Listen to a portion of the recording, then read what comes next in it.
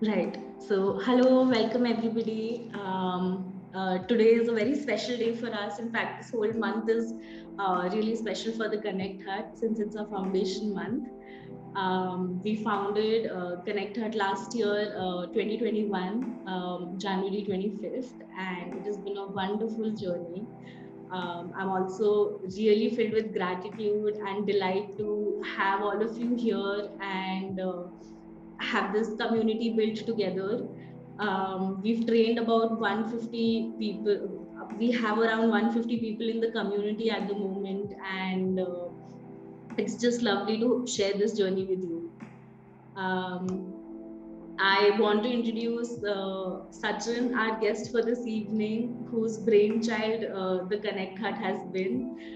Sachin is the founder of Connect Hut, as everyone knows. He was also recently elected as the president of Befrienders India, and he's also the lead trainer at Samaritans Mumbai at the moment, a suicide prevention helpline. A little bit about Sachin. Sachin completed his bachelor's in hospitality in 2007. As part of his bachelor's, he also went to UK for a training program for 1 year, and post his bachelor's, Sachin moved to UK for about 7 years to sorry. Sachin, please, you can correct me with the years. Don't sweat. Go for it.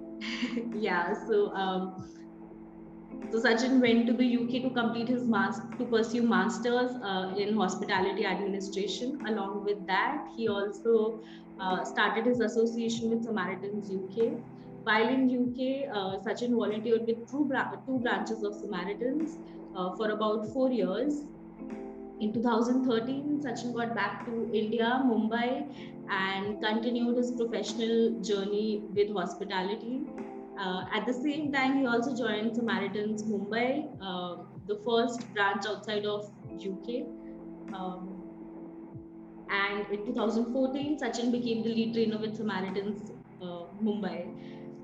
In 2020, Sachin's journey with hospitality sort of came to an end, and in 2021, Sachin started his own venture or training firm called the Connect Hut, and that is where we are right now. This is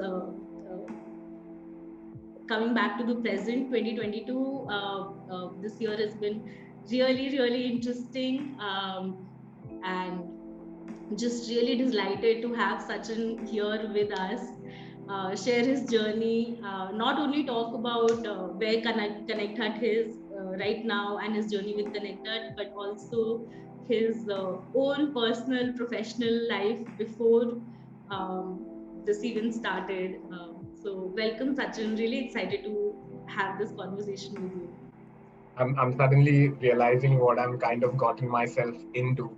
So it's a bit of a scary phase already, but really looking forward to this conversation, Aisha. Thank you.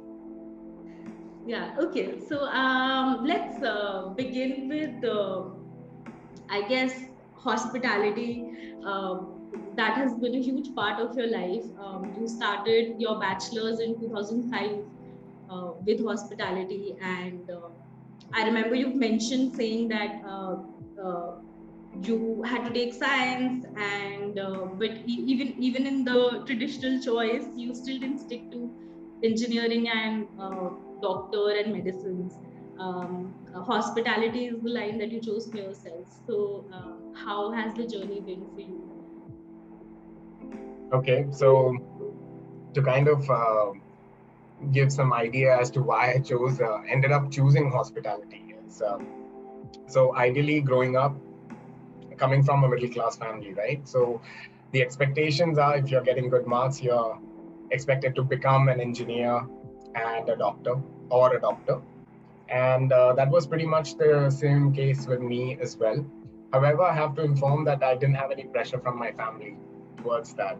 I think it was more of a culturally, that was what was happening in India, that if you get good marks, really good marks, you are in science. If you have semi good marks, you choose commerce. And if you don't have any good marks, then you end up, if you want to pursue your studies, you will end up choosing arts.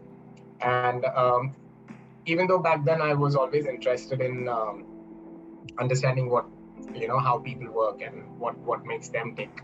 Um, Choosing science, I realized very early on by 11th standard, I think 11th, 12th, that this was not me.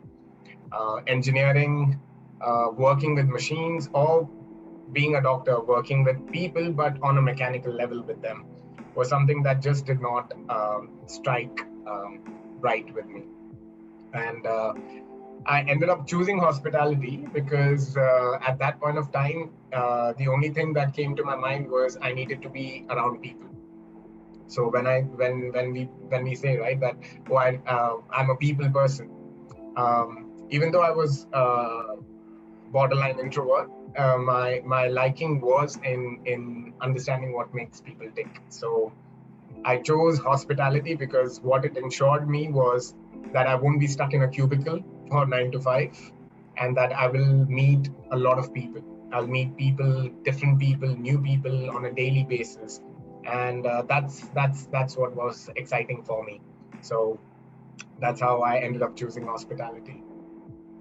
And the journey has been brilliant. I mean, I don't think without the exposure that it gave me, without me getting an opportunity to travel, to go abroad, get out of my own comfort space, come across Samaritans, for example, which has been the most life-changing experience for me.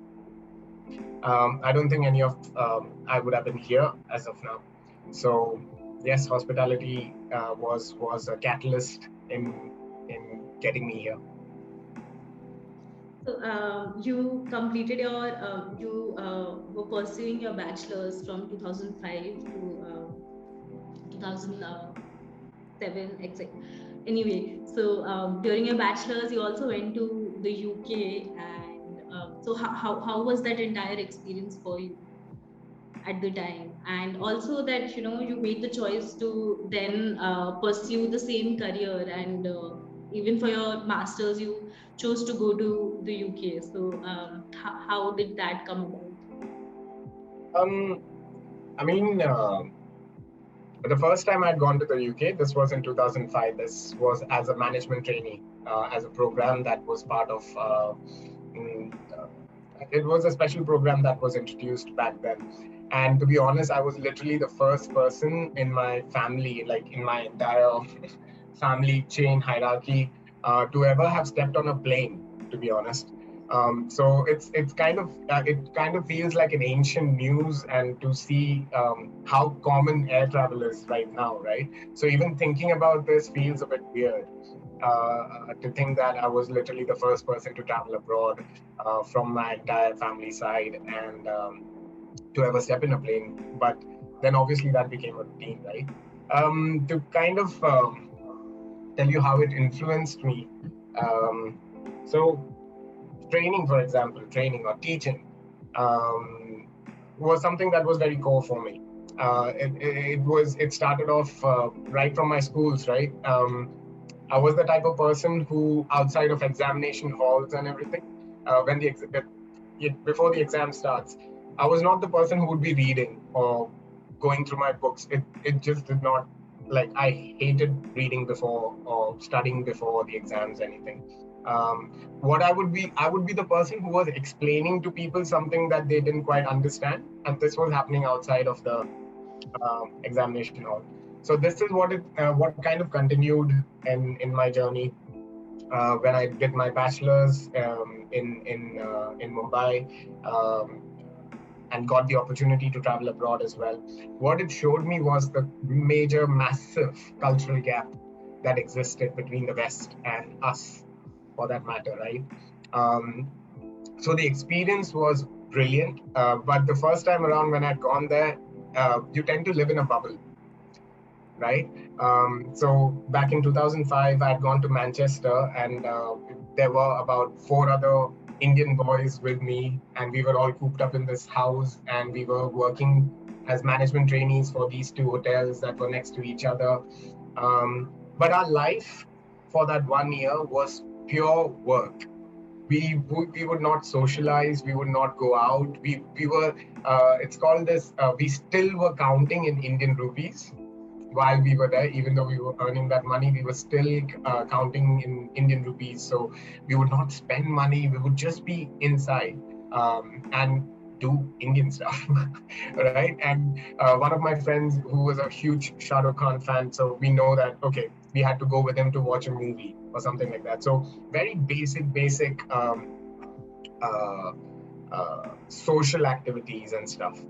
Now, when I came back, I mean, at least the last month of UK that I was there, that's when I started kind of exploring the social side of things and going out and kind of coming out of the shell. And there was this instant regret that why have I not been stepping out and knowing more?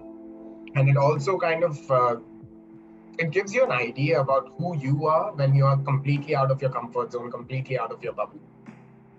So the last month, essentially, while I was there, kind of sowed the seeds that no, I have to go, I have to travel again. But this time I wanted to be for a longer duration, because back home, you are just in a very secure environment. You know, you have family that loves you, you have friends that are amazing, but it still felt a bit stifling as a personality for you to really explore who you are.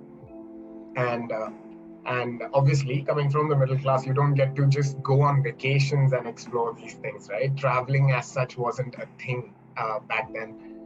Even though we are talking about 2005, it doesn't feel too long ago, but still, it's over 15 years. But yeah, 2007, when I got the opportunity, I took it with both hands, got the education loan and everything, and stepped out. But this time, I had made up my mind that I'm going to do my best to explore myself and put myself out there. And uh, that's when, while I was pursuing my masters over there with University of West London, I kind of had this. I started missing interactions with people. Interactions in the sense, okay, let me tell you the major cultural gap that I experienced, right? Even the friends that I was making there, for the longest of time, for us to have any conversation that was maybe on a deeper level, to get to really know the person and have a proper conversation, would be very difficult. Most of our conversations would be on a very superficial level. What did you eat? Like, what do you guys like to eat and drink and stuff like that? But there would not be proper knowing a person and what makes them tick and all of that. And that being something that I've always been curious about. So it always kind of left a bit of a gap in me. Growing up, I was the Agni uncle of the group, right? So I was missing this part of being there for someone who's going through stuff, and that's when I kind of Googled listening. That's literally what I Googled, right? I even remember the night. It was middle of the night, and uh, just I was like, I need to do something. And I was hoping that there is some organization out there that may want listeners. And on the first page of that Google search itself, I came across Samaritans UK. And my instantly, the first thing that came to my mind was, you know, I'm an Indian.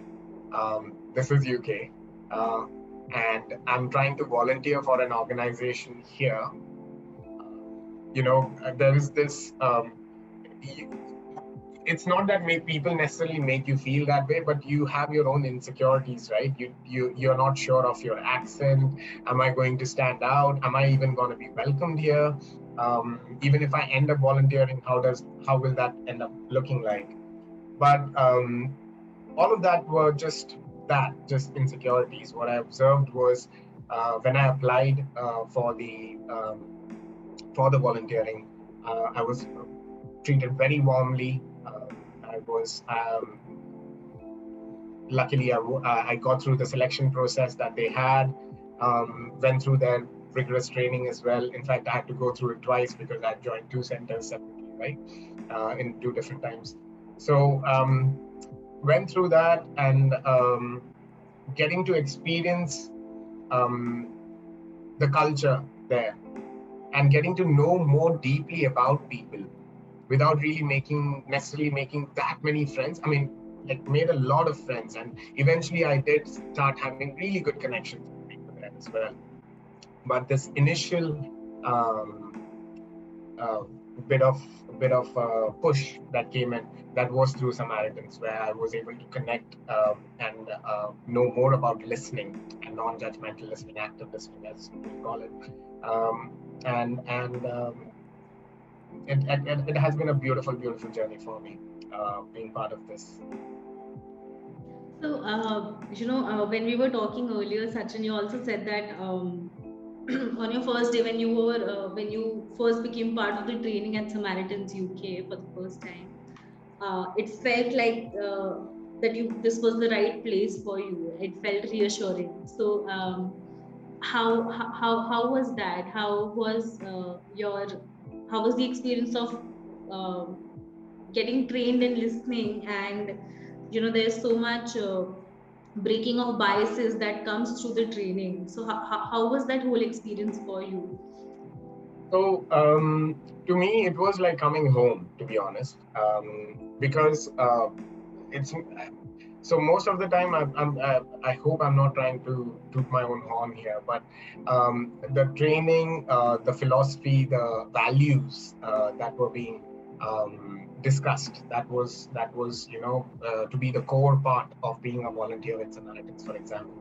um, they were almost like common sense for me, right? It was like so something as simple as self-determination. When we talk about believing that everyone has their own right to make decisions about themselves, I was like, isn't this obvious, right?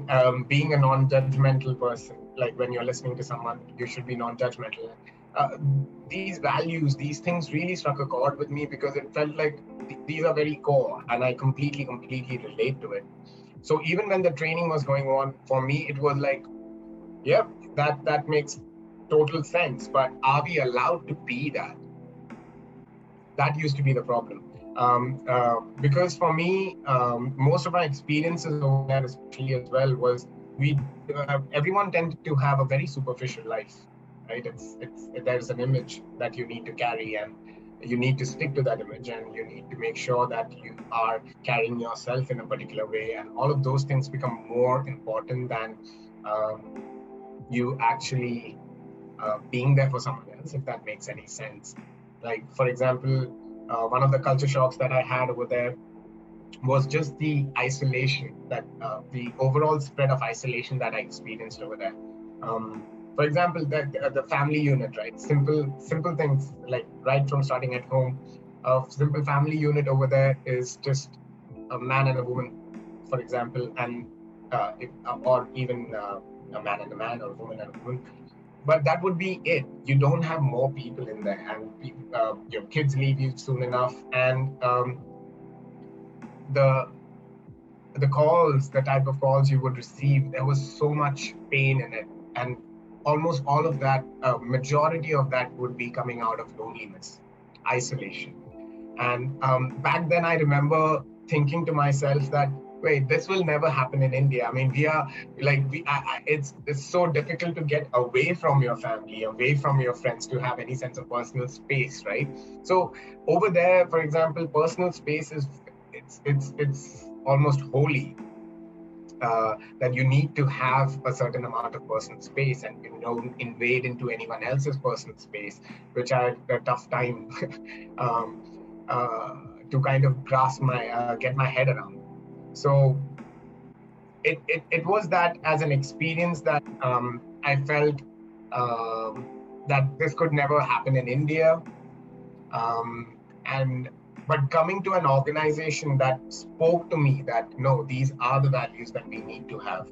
But the only unfortunate part was that this was only one organization that was providing it. It wasn't in the society, right?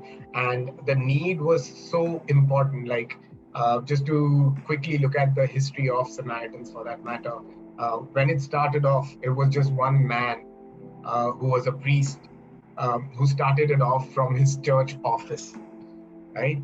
But for that movement to, for him, it was such a novel idea for the society, and still is, for that matter, that just being a listener, to someone, right? And making them feel heard was almost like a gift, right? And that that was at the same time very tragic for me, that this was something that people needed to be trained in specifically, that uh, just care for another human being, right? And which was evident in the fact that the organization grew so big in the next few years itself. So with over 140 branches getting opened up, and each branch is a self-sustaining branch. It's not like there is a organization pumping money into this, right? It's literally individuals who came across this, who felt that, oh my God, this really helped me. And you would notice that even here through our helplines as well that I'm part of, so many times the people who come for training as well have been past callers, right? So it's not that we listening is a great big idea or something, but when someone has really experienced it, they see the value in it. And Samaritans in UK grew to a level where now it's also part of Befrienders. Befrienders is also, in fact, was started by Reverend Chad Barra itself in a different capacity. And Befrienders became Befrienders Worldwide, where we have a chapter in India as well, right? And there are organizations in India, about right now, there are about 15 organizations in India who are under this chapter, working for to provide emotional support to people who have been operational for some of them are operational for since 1960s, but not many people know about this, right? There are people who have been working to provide this emotional support, mental health support for people, and as an organization there's not much awareness in this. And I think I think I just end up digressing a lot, don't I? The point being that it really appealed to my own sensibilities, my own rationale, and I saw it work. I saw the impact it was making on people on a daily basis whenever I was doing my shifts. The community that it helped form, that was beautiful. The experience that you get to have with the people who are like-minded, who are there to connect with other human beings, right? That's a beautiful experience, and I felt that the more we can have such small spaces around the world, the better. So, So this is something that I want to, I think, tap on as well. Sachin, you said that as an Indian, you were very aware of your Indianness in the context of UK and joining Samaritans there. So how was that whole experience? Like you said that sense of community that you ended up building and feeling. Um, how building, was but that we getting journey? to be a part of it was Yeah. my luck, I guess. Um, no, I mean, being part of a community over there where you're connected.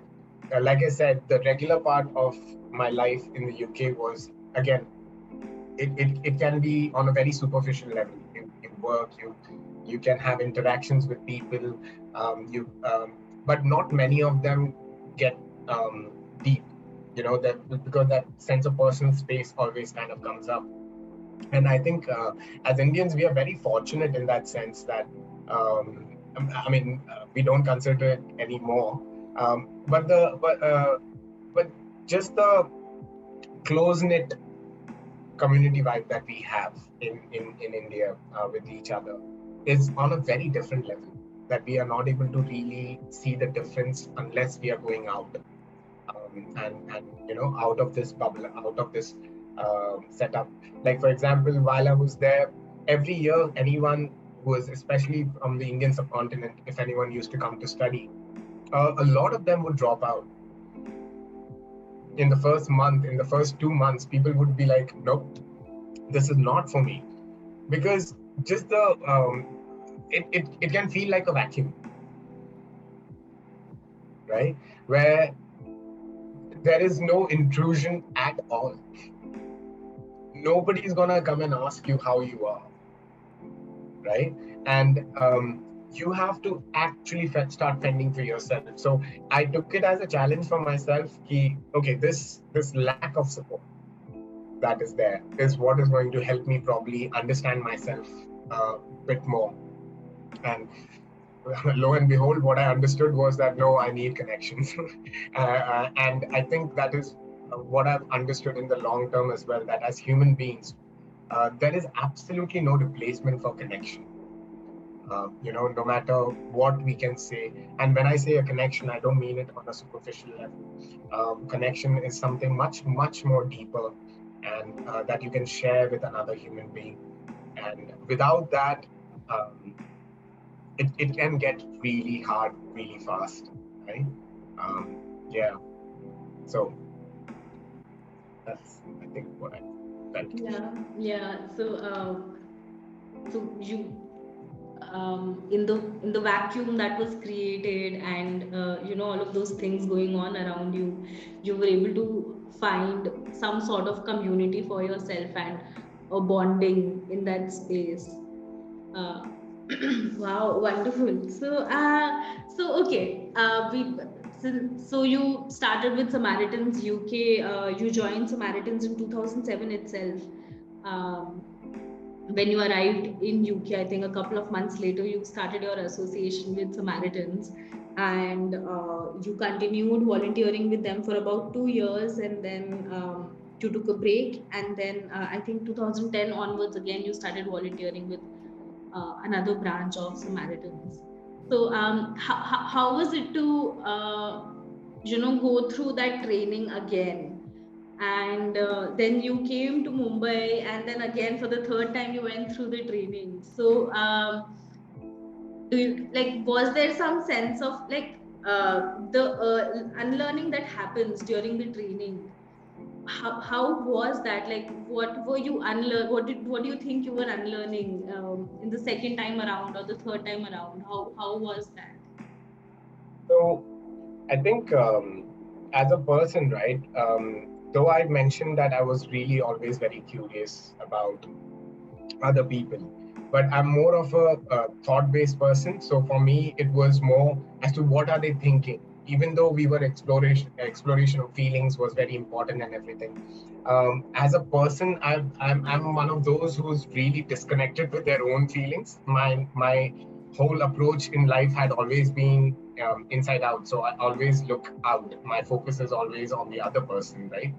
So being having a connection with my own feelings and things was something that I uh, I really didn't have, and even now I have to really be very conscious about it to sit with my feelings. Like I have to make a conscious effort to know what I'm feeling, and to be able to associate with it that pleasure, pain, what is happening with me right now, and it's very difficult for me to do that, and I have to like literally do all these mental acrobatics to kind of get to understand what am I going through.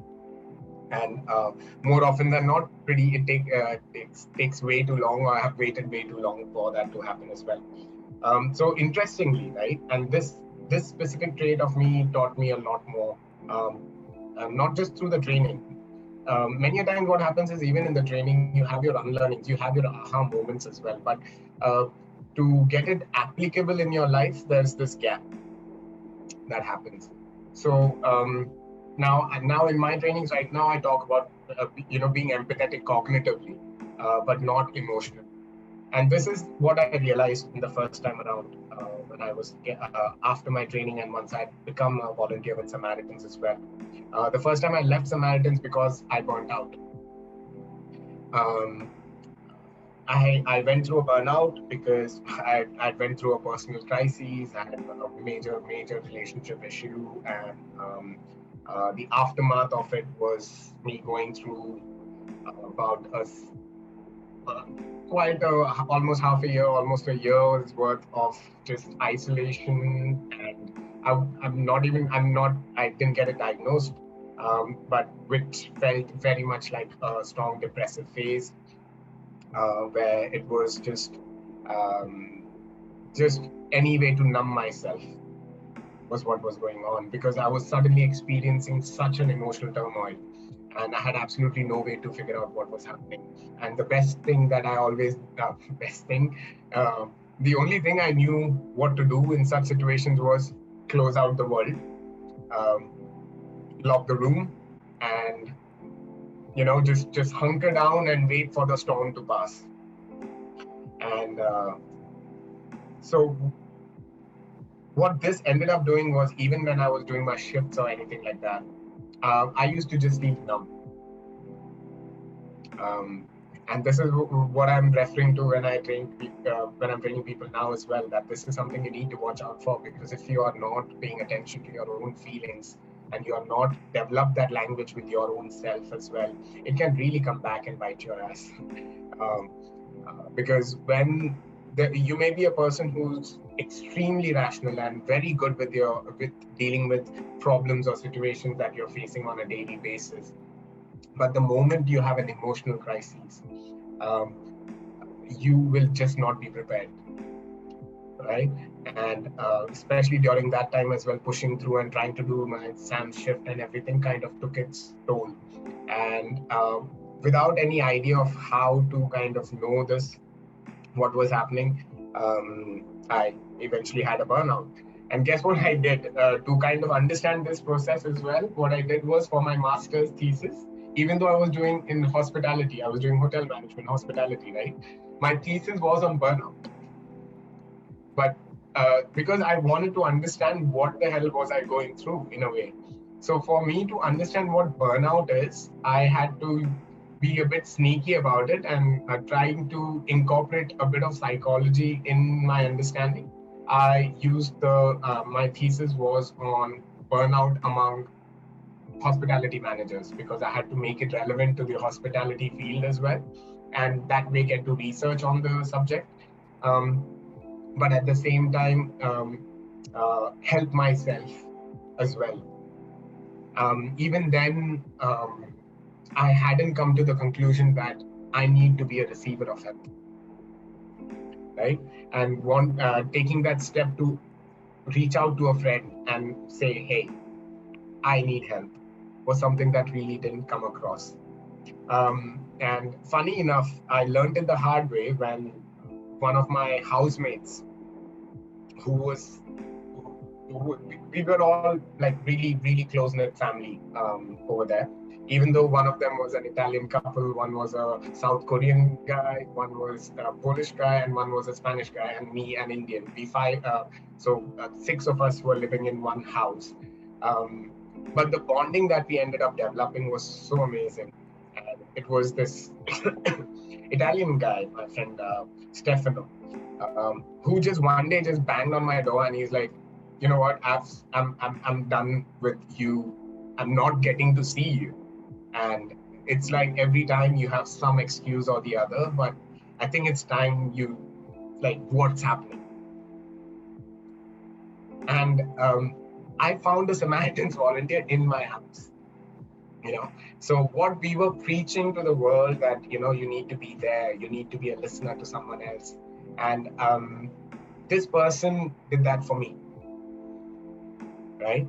And it was only being that receiver of help. So it's not necessarily even the training of Samaritans that kind of helped me out over there. It was this very personal experience that I had with this person that really helped me understand the depth of this.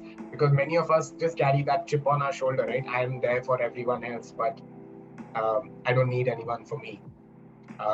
But that's the myth that kind of got broken while my work over there.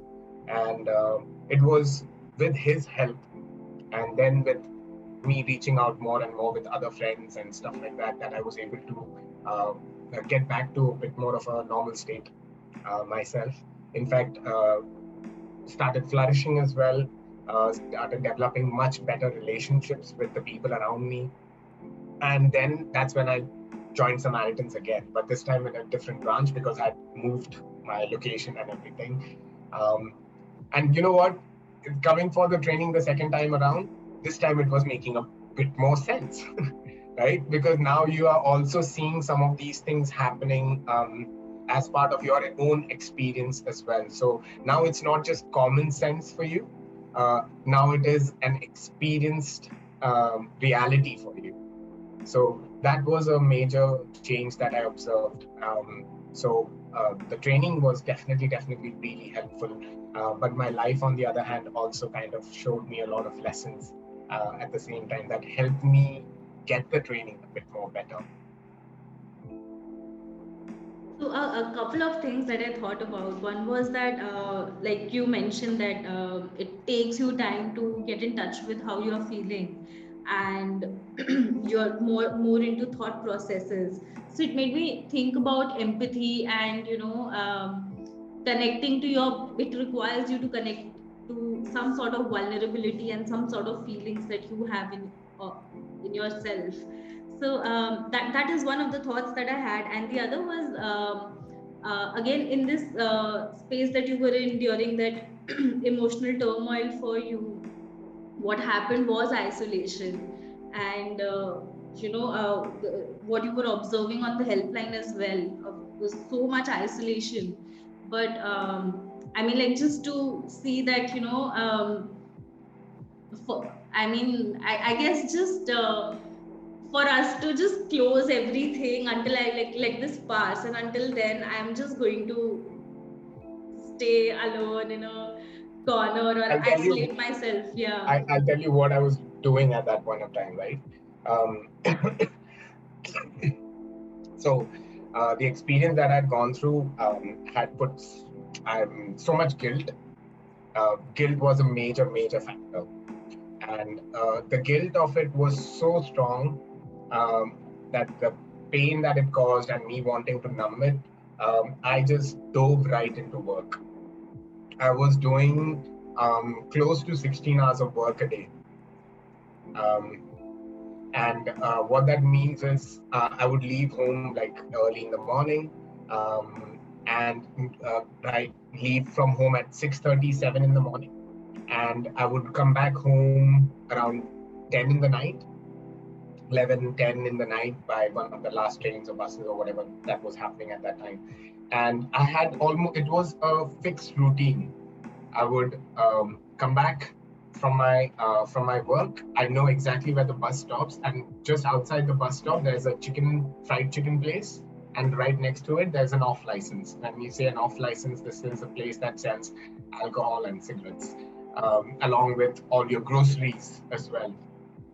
So it was a typical thing, where I would get out, order number 26 from the fried chicken shop. While they are preparing that, I would go into the off license. I would buy a bottle of liquor. I would buy like 2 packets of cigarettes. Come back, get my chicken, go home, and a bottle of Coke. This was every single day, right? Um, and the whole night, it was like I'm not able to sleep. So I literally passed out drunk every single night. And this happened for about 6 months. I was smoking about 40 cigarettes a day. Um, to take it to one step further, at, at one point of time, I decided to get a tattoo done, and a tattoo and a piercing done on the same day, because I wanted to experience pain, and I didn't necessarily have the concept of self-harm figured out well back then, but I was seeking pain, or physical pain, at one point of time. Um, uh, so it was in this whole haze that I was going through, um, that my friend, who I considered him like my big brother over there, um, he kind of interfered, and he was like, okay, this is not us having fun, this is you just, like, he opened the door and the room is just full of bottles of alcohol and Coke and just packets of cigarettes. And this was my life for about a good chunk of time. I had literally isolated myself from my family, like I was not in touch with them. Back then, you have to also remember, mobile phones and everything wasn't as usable. You didn't have you needed calling cards to call back home and stuff, right? So it wasn't a straightforward WhatsApp call or anything. Like, life wasn't that easy. at all. But for me, that was what I was craving because I needed isolation. And so all of these were excuses that I had to tell my parents, right, I don't have a calling card or something like that. So we used to communicate via email, me and my family. And I would take weeks on end to reply to them. Um, but at the same time, I have to also show that, not let them know in any way that there is any problem going on or anything like that. So it wasn't a good time in my life. But like I said, I experienced um, a Samaritan in my life at that point of time. Um, but and eventually I came out of that. So So this was going on for like 6 months. Were you also volunteering at the time? um, so I think I managed to volunteer maybe the first month or first month and a half of it or something. But because of the routine that I had done, because any time that I was having any um, free time for myself, I would not be able to function. Like my thoughts, my guilt, everything would start coming up, and I'm like, nope, I have to push this away. I have to move away from this, right? So I stopped Samaritans pretty soon, and after the first month itself, because I just stopped going to the shift. I was just not able to motivate myself, or I didn't want to talk to people. Right, that was the thing. I really didn't want to talk to people, and so to go to a place where you have to talk to people was just like a paradox at that time. So I just literally stopped going, stopped even responding to them as well. It was, yeah, I had to apologize to them afterwards, but yeah, it was a bit of a shocker for me to kind of go through that. Yeah, I can imagine. I mean, like from working the entire day to not being able to rest. Also, that you're not communicating with your family, you're not communicating with people who are around you. So, just the sense of uh, just you, you know. You kind of have this, you kind of start living in this zone, Hmm. right? Where it's very myopic. You don't see anything outside of this space. It's constantly you're trying to not you're always trying to keep yourself busy so that you don't have to open up this space and let thoughts in or any such thing. You're just trying to keep your And mind occupied. Yeah. And while you're trying to stop your thoughts from coming in, you're also going and listening to somebody on the phone. Yeah, I mean, I like in the first 2 3 calls itself, I was like, no, I don't think I can, because like I said, the guilt was really high, right? So even if I'm listening to someone or anything, they may feel better or anything. Like I said, I was being cognitively empathetic. I was able to show them that, but I was not able to feel anything inside. I just had shut off every emotion or feeling, because any emotion I let in, it felt like too much for me. It just drained, sapped me out. Um, so that kind of like I was very quick to decide that. I mean, even I said that I So, did two. yeah, what I was getting to here is that when did you Sorry. start thinking about burnout, actively thinking about burnout? And you said that, like, ultimately you also based your research, sorry, you also based your research on that. So, when did you start becoming, I think, like, there was some sense of awareness where you're like, abhi band karna padega, after two Oh three no, not at all. It literally till the moment that my friend banged on the door and was like, "What the hell is happening?" You know, it was just like I was in the twilight zone for that amount of time, because if you wanted to be isolated, you could get isolated. It was very easy to isolate yourself. I think right now it's even more easier for people to isolate themselves, and I can see why that it can cause such a big crisis. And it's one of the main reasons why I decided that I stopped my own career, because I'm like, this is a major crisis waiting to happen. And I have seen that, I've experienced it. And uh, to be honest, while you're going through this, I was not having the sense to understand that this is burnout or a mental health issue. It's not an issue, it's an experience that you're going through. So you are not there to diagnose yourself. Mental health was not even spoken about back then. Even in the UK, it wasn't necessarily like spoken about at all, to be honest. Um, so when you are talking about this, um, did I have an understanding that I was going through a burnout or anything? No. What I understood was I'm being, I was feeling guilty to be a listener, because I felt like, am I even helping? Because I didn't feel anything while talking, while I was being a listener. I wasn't able to connect.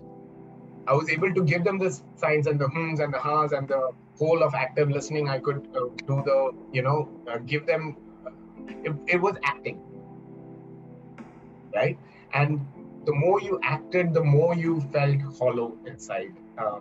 And so it was something that I decided, right? I just didn't find it fair um, of me. So I think I may have just, even in those 2 months that I said, right, I may have barely done like 2 or 3 shifts, barely. And I decided, like, okay, not happening. Um, Also, the fact that I just couldn't motivate myself to go for any more shifts was definitely there. But I have to give a shout out to the team there as well, that they did try to still be in touch with me. They were like, hey, we haven't heard from you. What's happening? Is everything okay? You wanna, just ring in and say hi or anything? And I was just like, I felt like a total ass because I was not even responding to them. And I'm like, you guys are so amazing, but it's like you don't want to start talking. There's this thing that just stopped you from speaking out, because it's like you don't know what is going to happen if you start talking. You don't know if you will be able to stop when you start talking. You don't know whether the other person wants to be part of this conversation and all of those other things, right?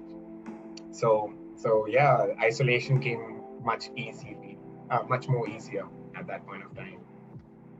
Yeah, Sachin, you also mentioned about isolation, that it is a much bigger problem now, or more prevalent. So, what can you elaborate a bit more on that?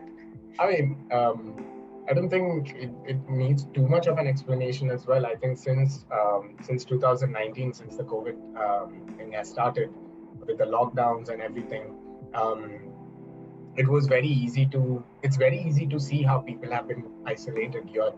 I mean, social contact has been reduced, right? People are not meeting people.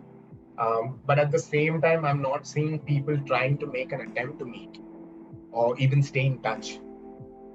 So many of us have just kind of dropped off the grid, right? It's and That's a very um, what can I say, a scary scenario for me too when I think about it, right? I myself, for example, when COVID started in 2020, my family had uh, just before the COVID lockdown had started, me and my family, like my family had moved to Kerala for, they were supposed to go for a month and come back, but then lockdown happened. And I was at home alone for like a year, and just alone in the house, the lockdown, with the whole news of things happening. And, you have go there and people, and every day there were so many people who passed away that I knew personally as well from my workplace, like the masala dosa vendor outside the workplace that we used to work in. He passed away, right? So it's like now deaths were happening that were like really close home, and everyone had a story. So the whole atmosphere of fear coupled with isolation right? Um, then the revolution of Zoom coming in, but all of the Zoom calls were with your work colleagues who were giving you something to do, some job. And so that really did not, foster any social interaction or a social connection in any sort of way. So it what it made me go through, and a very bad relationship, like, again, like, I have amazing luck with relationships, I guess. But I had my second massive relationship crisis that I have experienced in my life during that time itself. So I went through that isolation period again, but this time around I had a bit more sense about me, that while I was going through this, I made sure that I reached out to friends. There was a period where I had managed to isolate myself, but this time I was more consciously keeping in touch with friends. I was getting them. I had got a friend to move in with me. Like, hey, you are coming and staying with me for at least a month, and just stay. And you may find it weird. I may say things, I may do things, but you're going to be here. And this time as well, I had a Samaritan in my life, who was there, who was completely non-judgmental. And I have so many such people in my life. So I just feel blessed. Some of them are here in the conversation too. Yourself included, you have been a great support during so many of my times as well. So I have a lot of beautiful people around in my life, and this time around, I was able to have my senses about me, that I was able to reach out to them, to talk, even though I didn't know where to start, even though I used to be, even now I find it difficult to connect with my own feelings, but through conversations, through these people knowing me for who I am as well, and helping me open up as well, right? Help me be vulnerable as well. That was a big lesson for me, and again, a big motivator for me to start doing this. Like, okay, we need a lot more focus in this area if this is the way the trajectory is going to keep going, the way the world is going, the way all of us are going. Um, Now, metaverse is coming into play. So it's like I just feel like we as humanity, we are just trying to isolate ourselves one step at a time. Um, and right, so trying to come up with a way to still find or talk to people about connections, talk to people about staying connected, and that's literally the best way I have found, um, to keep your emotional and mental health about yourself. Wonderful. I feel like I'm still not done with the whole Oh, isolation topic, but I think maybe we should take a break now in the conversation and come back and discuss, your journey back in India in 2013 and, move ahead from there. So we'll take a 5-minute break, everyone. We'll come back by 9:05. Okay. so hi guys, I hope I'm not traumatizing anyone here with the stories. How is everyone? Koi hai? No, no problem. Thank you. All right, I let's have think a quick break. sure. Okay. We're back. Okay. So, okay. Now I think we are in 2013. You have come back from UK. You're back in India. You have started working, and and now you're looking at Samaritans again. So let's start there. How was the change for you coming back to India, and what even made you look for Samaritans? Because it feels like a very natural process at this point. Um, to be honest, I didn't even know there were Samaritans in Mumbai. Even though I was part of Samaritans UK, you just don't explore ahead about the organization so much, I guess. And what had happened was I came here, and this time I was feeling the pang of, yes, I have friends and everyone, but I wanted to do more. And what I realized was by the time I had come back in 2013, there was the mobile revolution that had happened, right? And people had changed. There was a very obvious change that I could start seeing even in our community here, where people were more interested in keeping in touch over texts. People didn't want phone calls anymore. People didn't want to meet up anymore and would rather are very happy to just stay in touch over texts. And again, this need to be part of the community over here, I just looked up if there is any organization that does something similar, and I was like, whoa, there is Samaritans Mumbai here. And at first, I was a bit skeptical to think, what are they doing? Are they gonna be, offering the same thing that I experienced in the UK? And so through my skepticism, I got in touch, um, and I was very, very pleasantly surprised that the values um, um, that were dear to me, that I got to see and experience in the UK as well, was something that was held very dearly here as well. And that started my journey in Samaritans Mumbai. The year that I came back itself was the year that I joined. And yeah, I've been with Samaritans Mumbai ever since. So, I think 2014 is when you became the lead trainer with Samaritans. So, tell us a bit about that. How did that come about? Um, so uh, this is a bit of a um, I have to kind of give my what can I say? So when I joined back here, I went through the training here as well. And unfortunately, there was because it's completely volunteer-driven organization, right? And you literally don't have any control over. Nobody is an employee, um, and we were going through a bit of a crisis where quite a few people had left, and in fact, some of the main people who were the trainers as well had left Samaritans.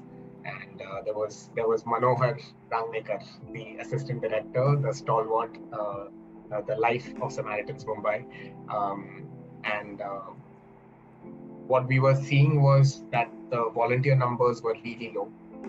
We had stopped getting that many calls as well, because nobody knows about Samaritans. They have been doing such an amazing work for so long, but again, you can just lose things in obscurity, right? And so I had a word with Manohar. I was like, I'm really keen on being a trainer. Training or teaching is something that I think since I was a child, I told you, right, like examination hall ke bahar, I would be the one who's explaining things to people and going through things. And by the way, the best way to learn is to try and teach a concept to someone. There's no better insight you can develop other than trying to explain things to someone else. Um, so I let Manohar know that I'm really keen on taking this part.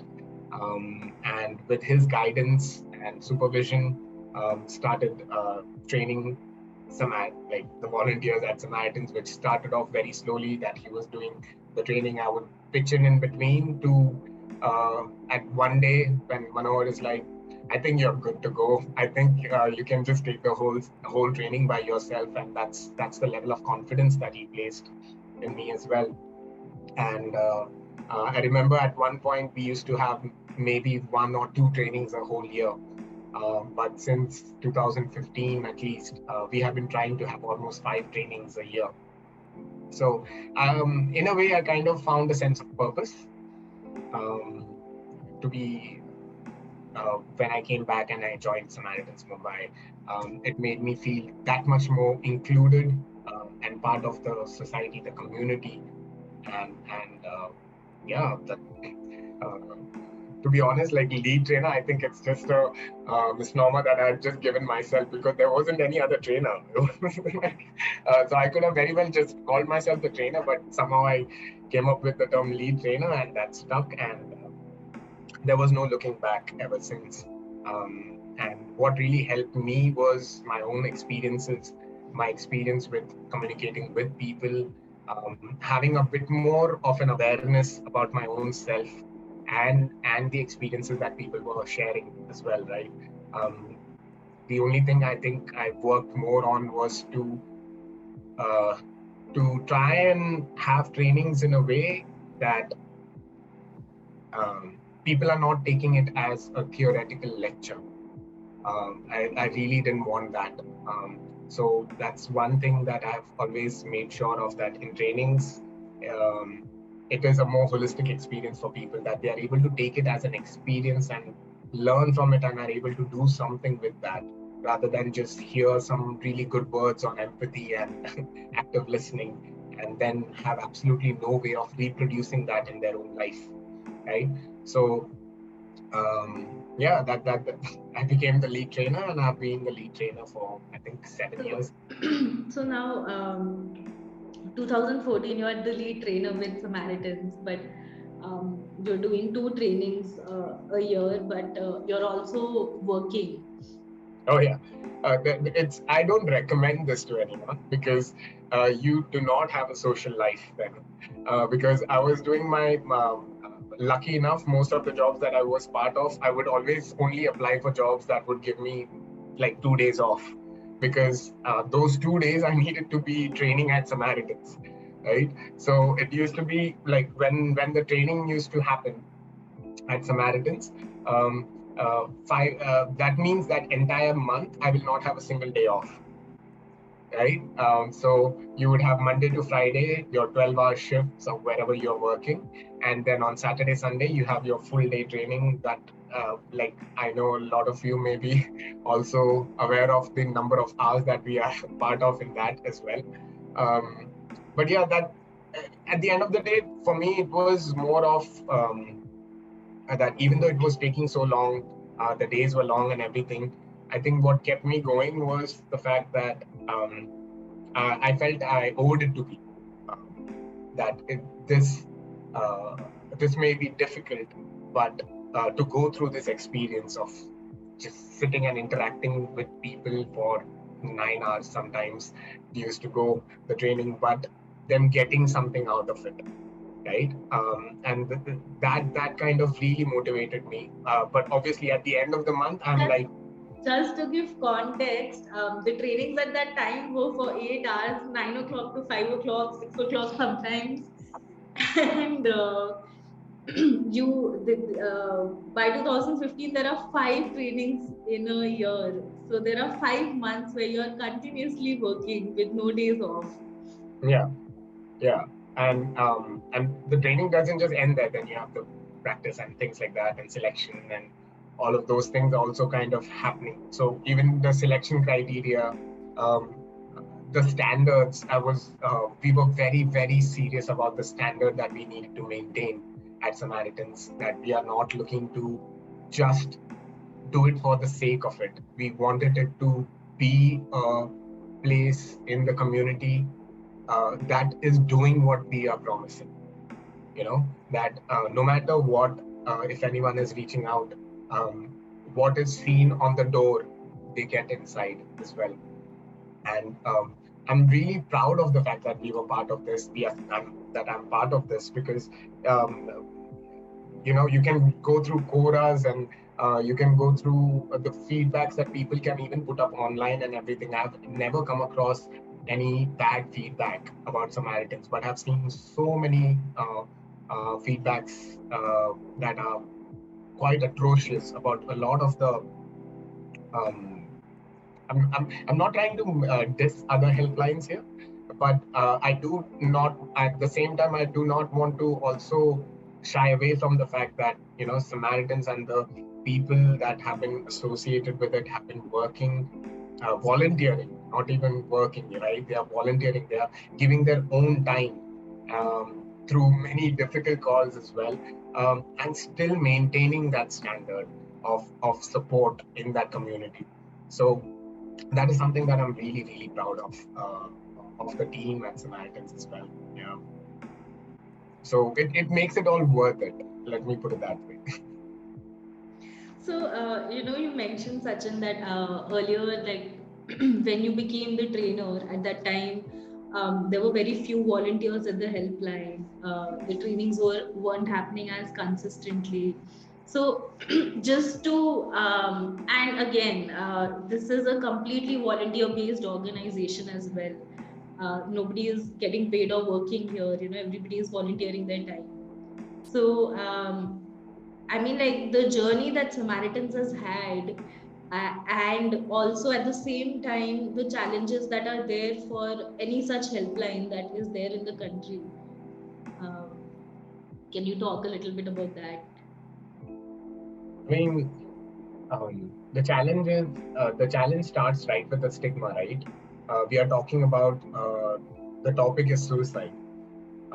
Even now, suicide is such a taboo topic. I mean, I have had people talk to me about sexually transmitted diseases. I mean, I'm talking about like on a personal level. I'm not talking about, I've I've had conversations with people about illnesses, things that not everyone would be too comfortable about sharing, at least as far as I had thought.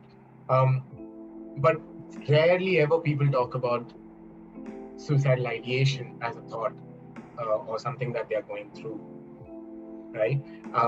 But which I have been more actively having as part of my conversation, even with people that I know in my life.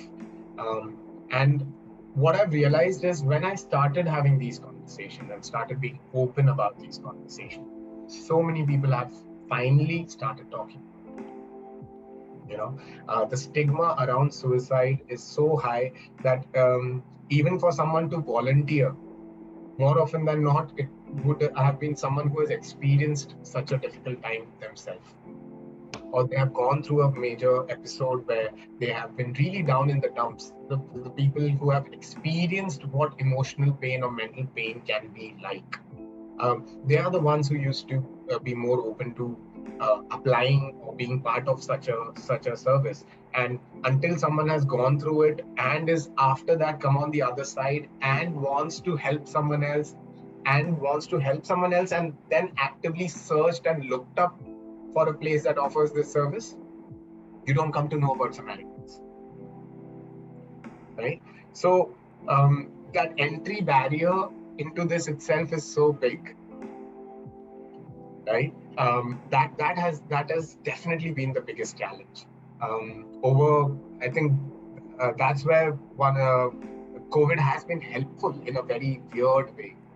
That it has really opened up the conversation on mental health and suicide, right? On and when these conversations are being that much more open, now we are kind of in a place where, okay, still even now like even in my trainings, right?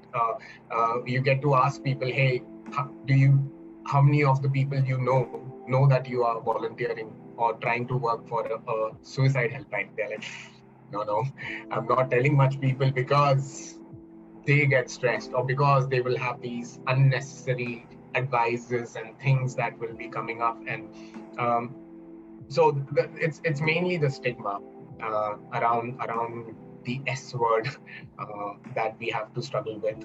But I'm really happy to see that a lot more emphasis has come up on mental health, on psychology for that matter. And lately, there's such a big shift. So many of the psychology students are applying to work in these hotlines, in these helplines. Now, there is the other motivation that a lot of universities in US and other places are looking for candidates who have experience of working in a suicide hotline and places like this, because the exposure that they receive in such places is, completely irreplaceable. So that has also been there. So lately we are receiving a lot more volunteer requests, uh, but that didn't used to be the case early on. Now there's a shift happening. Now we are more the language is more friendly around mental health. Let me put it that way. So it's changing. It's changing. Uh, uh, I think right now the only challenge is that a lot of the people that I converse with have an idea of mental health, but it is still a bit alien to them. It is still being seen as a disease or as an illness that needs to be treated. But there is no cultural acceptance around it. That if we are able to start keeping these steps in there, where connections are going to be there, where people are more open to be vulnerable with each other. What I find now, more conversations are happening around how to protect yourself from others, how to not be taken advantage of. And these are the things that are coming up more. And it's almost feeling like we are creating an atmosphere where everyone is being trained to be scared of people, right? And I think it's these pockets, these small pockets of helplines, hotlines, and these communications and communities that we are forming that are helping break this as well. That people are understanding then personally, on a personal level, the importance of connection. And I'm not necessarily sure we can have a statistical point of view on this, how much of this is helpful and not. But I can tell you that there's, like, in my personal experience, there is a change happening, but there's a bigger crisis out there with a lot less awareness. A lot of the awareness around the subject is more theoretical than experiential. Um, so it's almost like a ticking time bomb for me. I'm not trying to, be the doom monger here, uh, but definitely more work needs to be done, and more such organizations, more such efforts and communities need to be developed. So, Sachin, you talked about the taboo around suicide and just the entry point into a helpline, and possibly the journey that one goes through to approach a helpline or volunteer. Um, very few people are taking that step of volunteering. So I feel like that is one of the like you said, that is the biggest challenge that is there. But also in terms of functionality and availability of time. So I think what I have observed from the helplines that I can see are active is that after about 8 o'clock or 9 o'clock, there are no helplines available. And the helplines that are run 24 hours are also often engaged, not available. So you can't reach through. With Samaritans is working for 3 hours, 5 o'clock to 8 o'clock. There are some other helplines that are working for 7 hours, 8 hours, but again there is the availability issue. Either the helplines are busy or the helplines or nobody is answering the phone. So can you give us a little bit more of a context about what is happening and what needs to be done?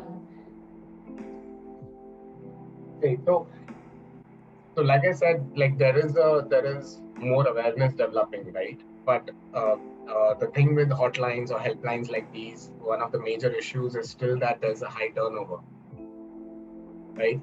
For example, if it is a student community, funding funding definitely needed, more awareness needed, more marketing needed. But on the other hand, just to give you a simple example, right? If there are students joining,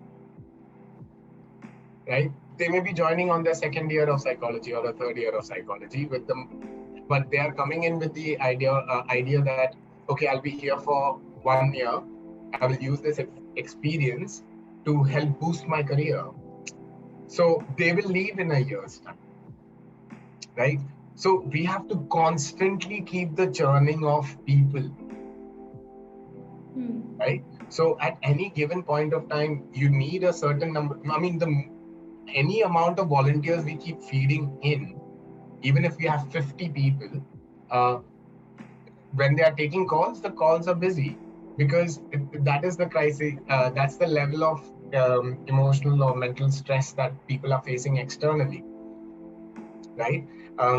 Now, when the turnover is high, now we cannot tell the students that, okay, you're not we are not going to choose you guys because you don't stay back, right? So we have to still do that. We have to kind of keep that in mind and have them be a part of this process as well, and hope that some of them are able to put more time in than they can. But at the same time, we have to be very responsible towards them as well, that they are not exerting themselves here at the same time, so that we are not creating burnouts out of this. So it's a very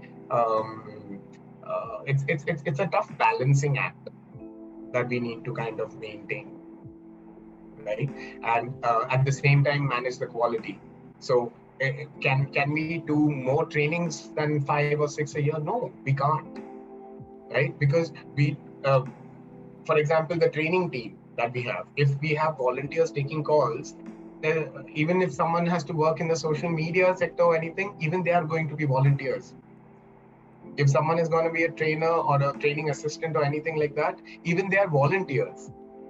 So that means they have to take their shift, they have to handle these calls and stuff like that as well, handle emails and things like that. On top of that, they have to put in extra hours to do these extra activities that are needed to run the organization, right? So that level of commitment does it's not that it's a lack of commitment. There's the time issue, there's the other commitments that people have, but so it's a much more complicated subject, to be honest. And because Samaritans, for example, is community driven, it's with the community that comes in. Our ideally we would want to be a 24/7 helpline, right?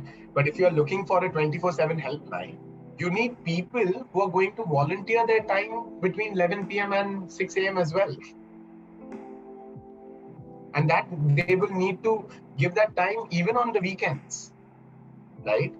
If it's a Friday night, you're essentially saying that you're not going out with your friends, or it's that much more reduced time with your family members, for example, because you have to also earn your bread. So, for example, in my case, my friends used to hate me. I mean, they still hate me because I'm still not available most of the weekends, right? And all of my friends would work Monday to Friday, for example, right? So, how do you spend time with the people you love, who are part of your daily life, and they have certain expectations of you? So it's a really complicated thing. Obviously, we can't hold anyone accountable for this, but the challenges are just as simple as that. There is a lack of time uh, that people have to provide for these causes, right? And yes, if there was money involved, maybe we may have been able to retain more people. But when the money component comes, then there is this other thing, quality and all those areas that you may have to look more strongly into. So it's again, it's multi-level complication. Funding definitely is one area that organizations like Samaritans and others struggle with, even though it's such an important um, job that they are performing in the society, right? So as per the statistics, for example, in India, with the population that we have, uh, the number of psychiatrists that we need, and the number of psychologists that we need, counseling and clinical for that matter, we are nowhere near the numbers, right? And even the numbers that we have are mainly in the metros, right? They are not spread across the country. They are not in the villages. They are not in the rural towns or the B cities or anything like that. You have majority of them concentrated in the metros. So what about the rest of the country, right? And that's when there is a higher need for social work organizations like these to operate and still be attractive for people to volunteer, them getting nothing in return. There is no validation that you're getting from your callers or any such thing. Uh, there is just the community, but you may get a letter of recommendation from us. But what are you getting for all the time that you're spending here, right?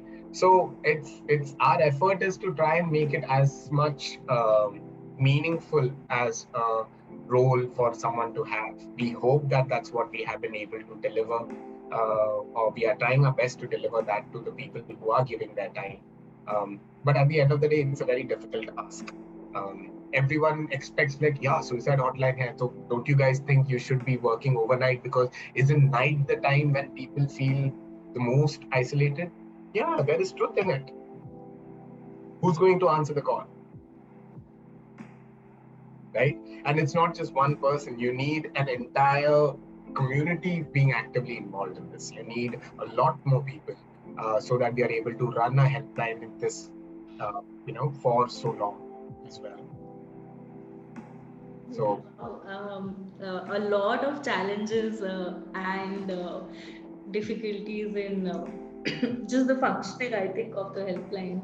A couple of things. I think, like, one of the things that really stood out to me, Sachin, towards the end, what you said about um, what are we doing here, or what am I gaining out of this?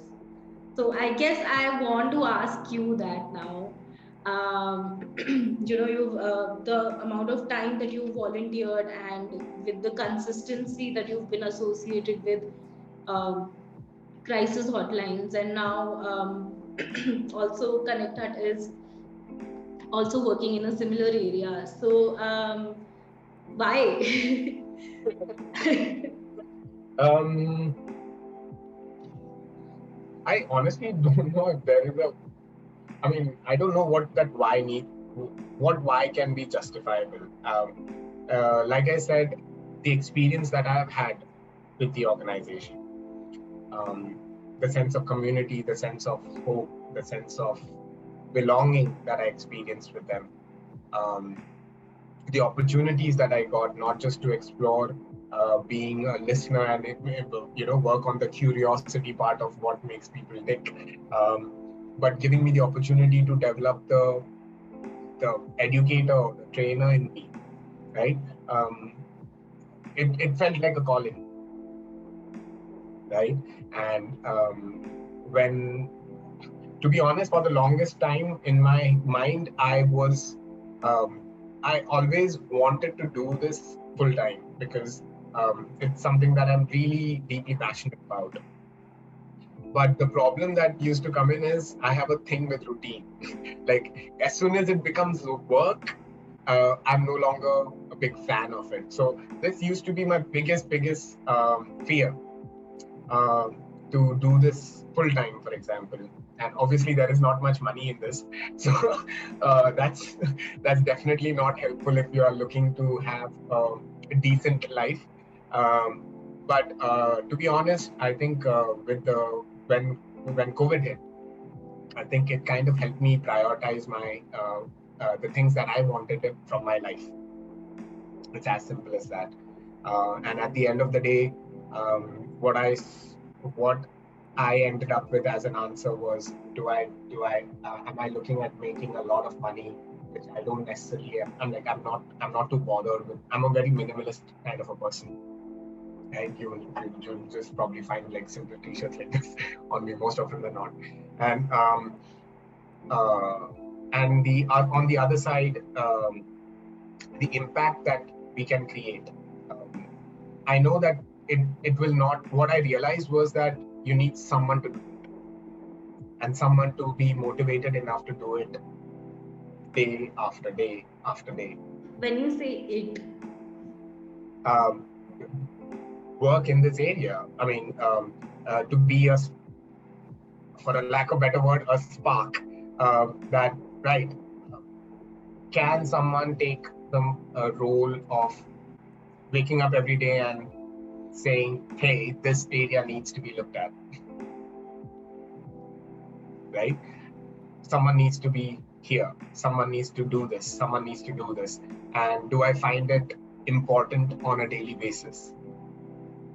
I think what COVID time and the isolation associated with that gave me was that outlook that, yes, I do feel that in me, and I can wake up every day and feel that this is still a very important thing.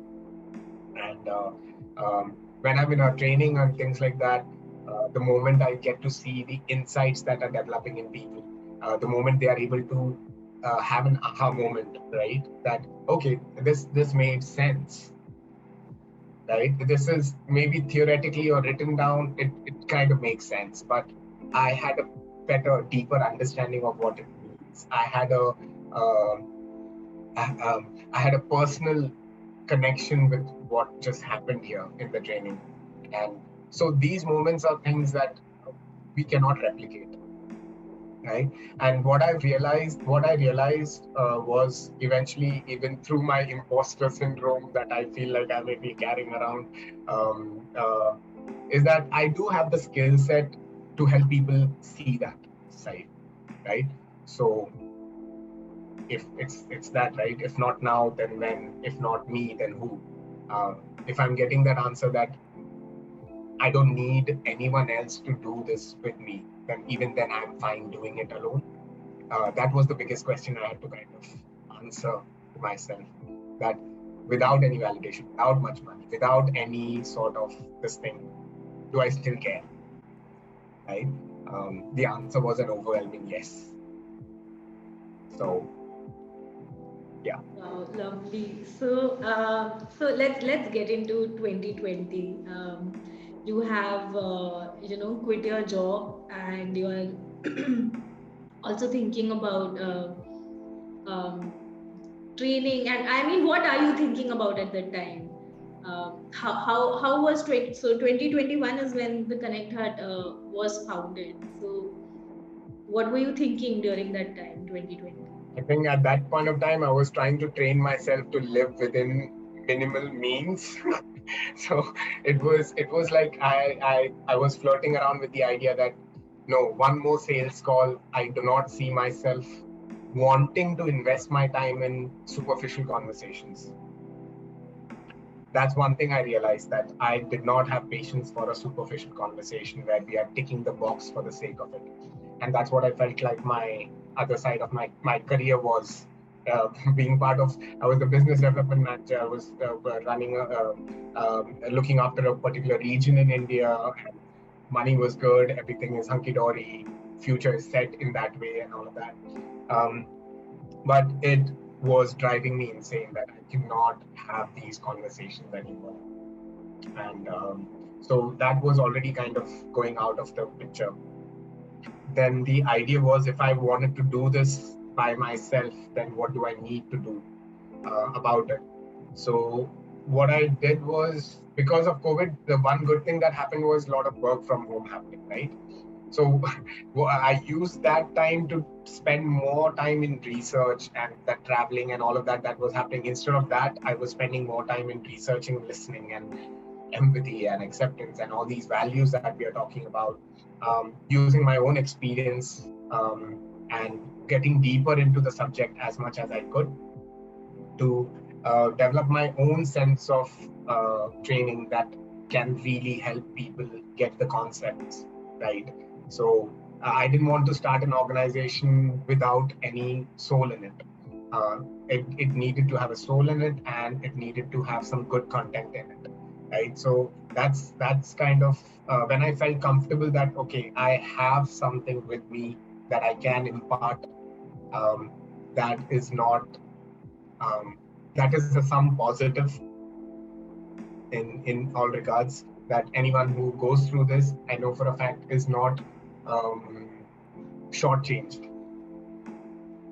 that they will take something out of this. And I will do my best. That's the only promise I can make, right? That I will make sure that I do my best, that they get something out of this that will be useful for them. And that was the only thing. It was, at the end of the day, what happened was, it was a decision that needed to be made, right? It took me some time to come to that decision and make it. Uh, but once I made that decision, then things became a bit easier. Then there was no looking back. Then there was no doubts. Then there was no like, I still struggle with sense of like, what am I doing? Am I even good? Or all those questions do pop up every now and then, you know. But now I'm more comfortable with that whole idea And So let's also get into or talk about that time when you were still in the decision making process before the decision was made. What was what how were you at that time? You know, what were you thinking? What were the different things that you may have considered during that time? um, I think it came down to prioritizing what I want in my life, to for it to make sense to me, for me to find meaning in it, for me to find um, that I'm not wasting my time, right? So essentially, I found a sense of purpose that was much more stronger. It More than anything else, like I had my mini COVID awakening where it was again going down in the dumps, but still having the resources to kind of come back up, and then being able to see that okay, all these things that maybe is prescribed by society, that are the things that I need to have in my life. I had to kind of decide, make a decision that am I okay with that not being there in my life, right? And the moment I was able to tell myself and see that yeah, I'm fine with that, right? That's all it took. The moment I was able to say, right, it's fine. I don't need this part as long as I'm making sure I get to do this and I'm able to do this on a consistent basis. Um, So in this, what were you kind of, you know, leaving behind or saying that this is not necessary, and what were you saying is necessary? mm, you are saying no to a very stable income. You are saying no to a very good income, for that matter. You are saying no to possible relationships that you may be part of, because uh, um, I mean, I have kind of made in my head, I have kind of made peace with the fact that I'm going to be single for the rest of my life, because this is not an area that anyone would want to put themselves in necessarily, because this social entrepreneurship is filled with anxiety of just sustenance and things like that. You don't necessarily know when and how you're going to sustain yourself and organization. If you are having people joining you, working with you, how are you going to ensure that they want to still be part of the organization on a daily basis? Why would they want to be involved with you, right?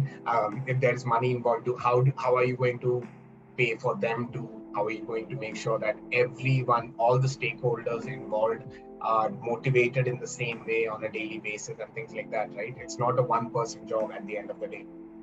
You need more people to come together, and so it leaves a lot of questions. It's a lot of stress in those ways, uh, but I've kind of seen that over time you get used to it. You're like you are able to see the ups and downs. So you are saying yes to unstable pay. You are saying yes to Unstable life. Let's just define it as unstable life. so, but part of the life is pay. Having a relationship with somebody, A stable uh, relationship, yes. sustaining what you are doing in terms of at least the people associated with it. Um, You're not able to go on vacation trips with your friends as you would have been able to just 2 years back and things like that, because now you have to really consider your economic condition and things like that, and you have to make sure where is your money going. Is it giving the most bang for the buck? You cannot just willy-nilly throw it around, and I'm really bad with money, to be honest, right? So things like that, you have to be much more conscious on certain other aspects of your life, and you have to be very mindful about those aspects of life as well. So those are challenges that you can face. So I guess what I'm trying to ask then is that you know, what is the connect hut, and Hmm. maybe what are your goals with it, but basically what is connect hut? I think more than anything else, Connect Hut is an idea, right?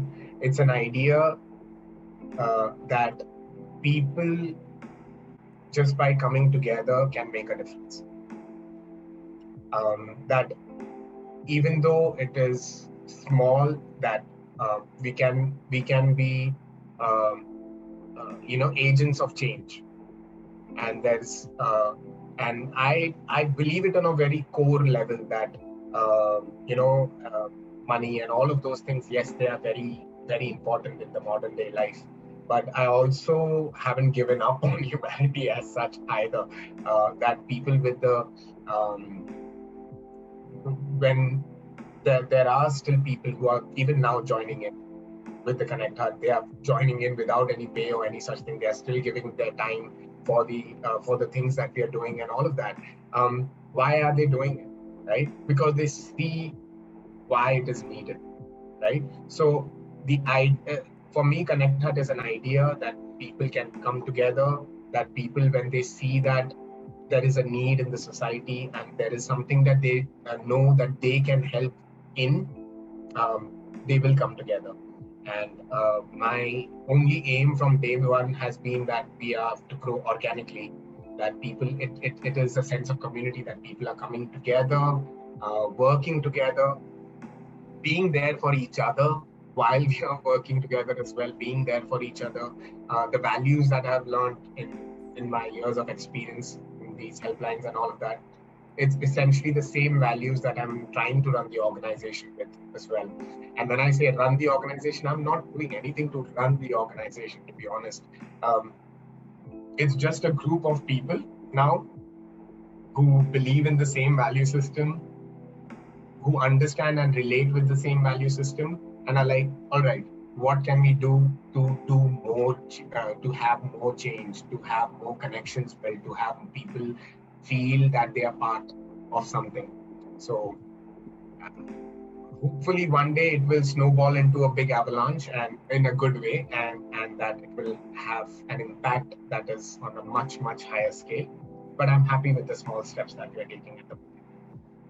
So let's also talk about the small steps that we have been taking. Just right from founding the organization to the year that we have had. Um, you know, tell us about some of the milestones that have been. I mean, one of the biggest milestones has been that we were able to work with Umang Pakistan and come up with the first suicide helpline in Pakistan. I mean, I know there have been talks about other helpline being there. I haven't really come across them as such, but now there is more helplines coming up in Pakistan as well. I'm not saying that we are the trigger for it or anyway. COVID has played its major role as well, and with the improved mental health literacy around the world, it is improving. But I'm really proud of the fact that we are one of the first people to start this, be part of this. We have started a warm line there. Uh, uh, I'm getting to, in this past year, I think I may have interacted with over 500 people or more. I don't know. I've not been keeping track. I'm really bad with keeping track of things.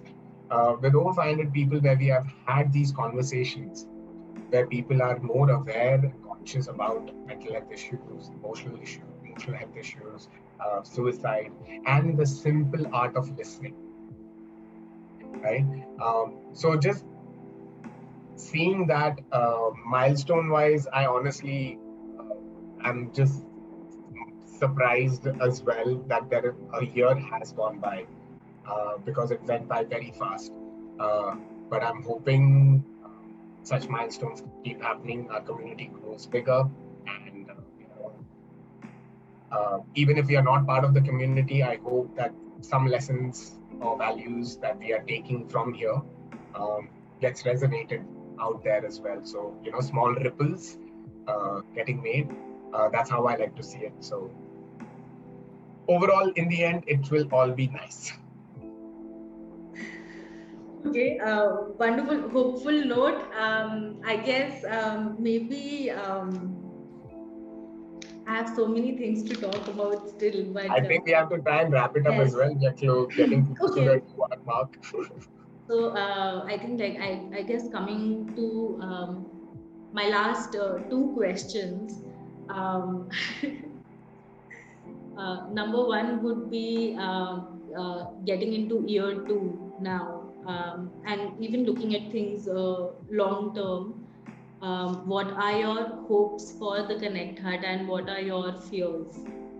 And my second question is that for anybody, all the young minds and young entrepreneurs out there, if there's anybody who wants to be a social entrepreneur, what would you want to say to them? Uh, okay, so goals ahead. I think the people who are joining the Connect Hut, right? The different people who are trying to get associated with us as well. They are bringing with them their ideas, their own areas of interest as well. So someone joining in and they are coming in with a focus like Sachin, I want to also work in the prison area. And can we introduce listening and empathic listening and dot listening to prison areas? So I'm like, yes, come, be part of it. But you will have to do the running around as well.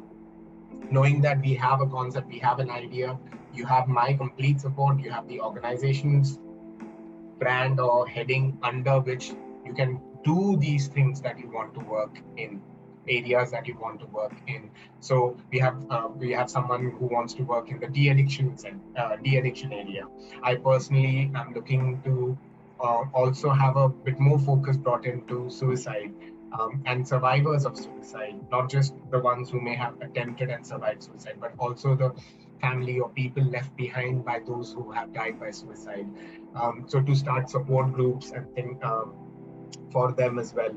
So this is something that we are actively looking for in 2022.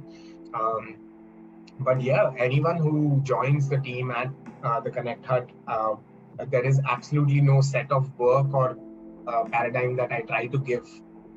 We are essentially just a set of values. And if anyone is looking to be part of the social entrepreneurship sector, then sure, please give us a shout and be part of this. But be aware that, I mean, unless you're really good at getting funding and things like that, yes, we may need you as well. But being open to the idea that I think if you have if you resonate strongly with a cause where you find meaning and purpose, I would say then give it a shot. Right? If you find a sense of purpose and a meaning from a particular thing, give it a shot. Work towards it. It may be difficult. You may fail as well. But one thing that the time of COVID has taught me, and I think a lot of people, is that as human beings, we don't necessarily need so much to survive or to live. And sometimes just the fact that we are alive is a big deal. And, and being able to work from there up and what more can I do to find meaning and purpose and value in my life, right? I think that's kind of the mantra I can give to anyone who's looking for it. But in terms of Connect Hut, right now, support groups for suicide survivors, working with de-addiction centers, prisons, it's still not started, but an area that we are hoping to look into in the near future as and when the team increases in size, I guess. And whoever joins, if they have any areas that they want to focus on, I would welcome them to be part and work in that area. You will have our complete support as well. Fears, Sachin. What are your fears? Fears. Honestly speaking, I don't have fears about this because I know no matter what, I'm gonna keep on doing it. Right? So that's like a decision made, and it is something that I'm very comfortable with, that idea. So when I cross that kind of a barrier, the fears don't come in as such, because the worst case scenario is what? That I'll be alone, right? That nobody is working. And I'm fine with that as an idea as well. So once you've kind of made peace with that level of this thing, you don't have much to fear as such. Yeah.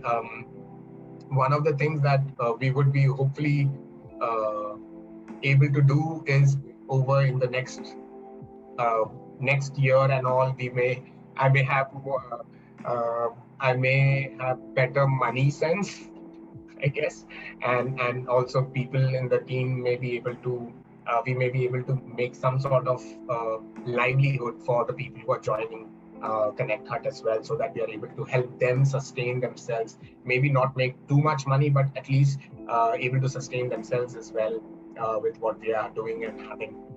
That would be amazing, and that is what I'm hoping to achieve as well in 2022 and year ahead.